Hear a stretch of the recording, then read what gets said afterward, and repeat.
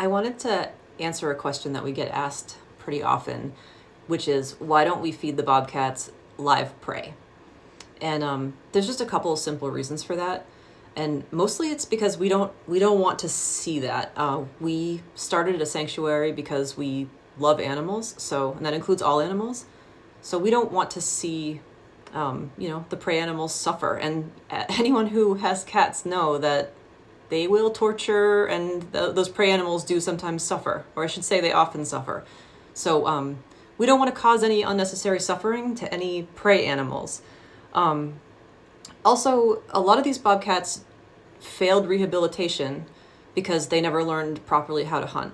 So we could get live prey, release it into the enclosures, and it would escape. It would run out through the fence hole, depending on the size of the animal, or it would be tortured even longer because it would take longer for this hunt. These are not pro hunters, these cats.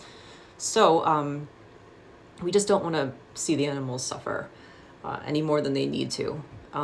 We have to buy them frozen from a company that sells feeder animals. And, we don't like that, but that's the way it is. We know it's natural for big cats to, one of the kittens just fell off the couch. She's okay. We know it's natural, but we don't want to cause any more suffering. That's why we're an animal sanctuary, basically. So then there's the other thing about, if the prey animals escaped, if we did feed live prey, then our bobcats wouldn't eat that day, and that would be a waste of money and a waste of, stressing out a poor prey animal for no reason, because they aren't coming from nature either. They're coming from a factory.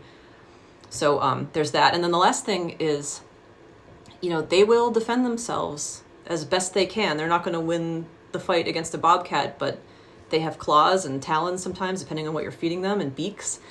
And, they could hurt one of the bobcats. And so probably just more like a scrape or a cut, but say one of the bobcats gets a cut on the mouth from this live prey animal, then we have to get vet treatment, which is very stressful, very expensive, very difficult.